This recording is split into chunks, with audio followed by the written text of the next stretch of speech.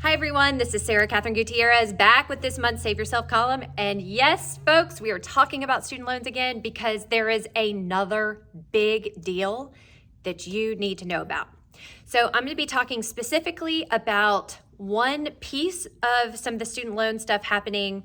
Again, as I've talked about in past columns, I'm talking about today, especially relates to people who work in public service. So think about people who work for hospitals, for nonprofits, for state and local government. This is who this is impacting. It's anyone who is full-time employed by these folks. So the Public Service Loan Forgiveness Program, just as a quick refresher, is a program where the government lets you make 120 payments, monthly payments, on your federal student loans. And if you make them within the correct repayment plan, while working full-time in public service, then after that 120th payment, the rest of your loans are essentially paid off by the federal government tax-free. They are forgiven, and it's huge, especially for people who have really large student loans. And we're not just talking about physicians here. Yes, they've got lots of student loans, but gosh, nurses can have large student loans. Staff can have student loans. I mean, folks are carrying around major student loans from undergrad and graduate degrees, and this kind of relief is welcome.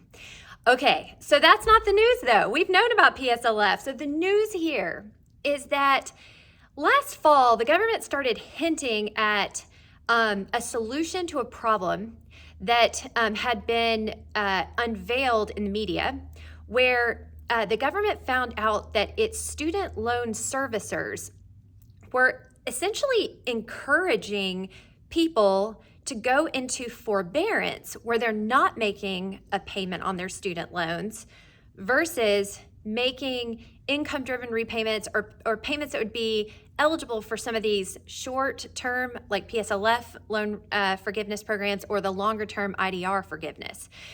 And what they found is because of the complexity of the payments, a servicer could process someone on a phone call a lot faster if they just went into forbearance than did those other things. But here's the problem. If you go into forbearance, not only are you not paying on your loans and interest is adding up, at the end of the year, whatever interest has accumulated gets capitalized on that loan. And so you start out with a bigger loan. So you can see how someone might have started with kind of a modest amount of student loan debt.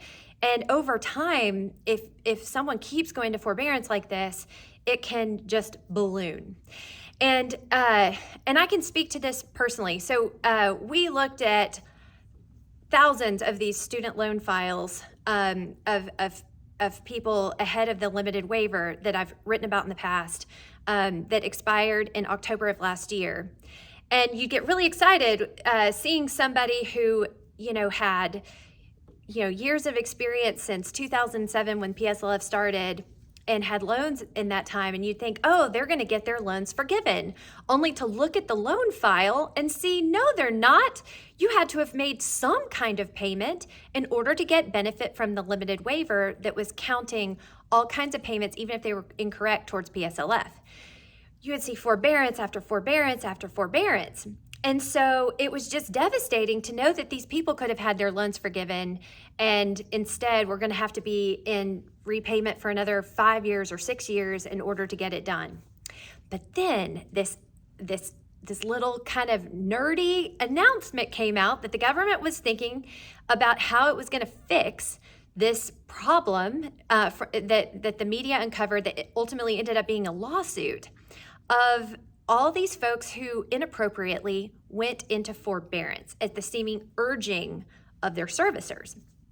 And so that is when the government decided on this one-time account adjustment. We'll call it the IDR account adjustment.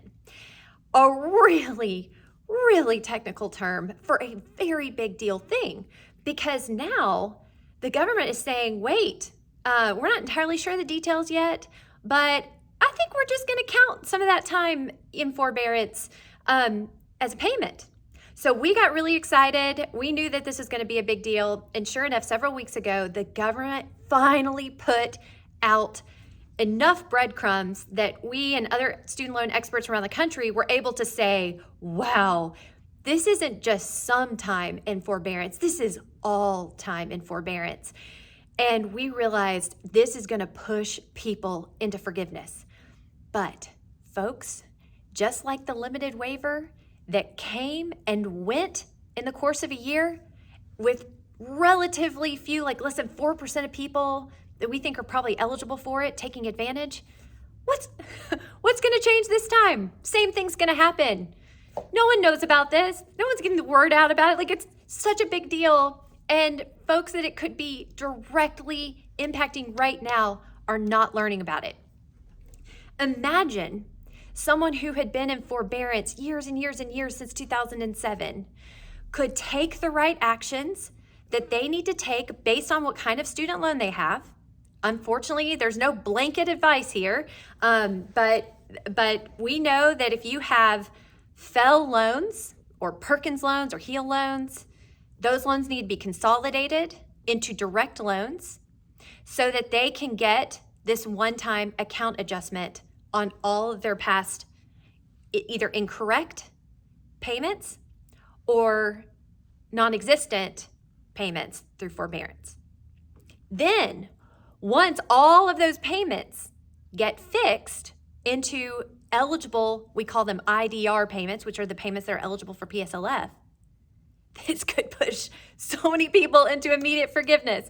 And folks, like, I can't describe what it is like when these people get forgiveness, especially people who have had their loans for such a long time, and they just assume they'll never get out from under these suckers.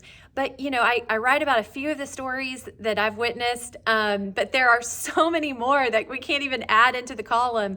I mean, I've had people send me flowers. Like, this is changing lives.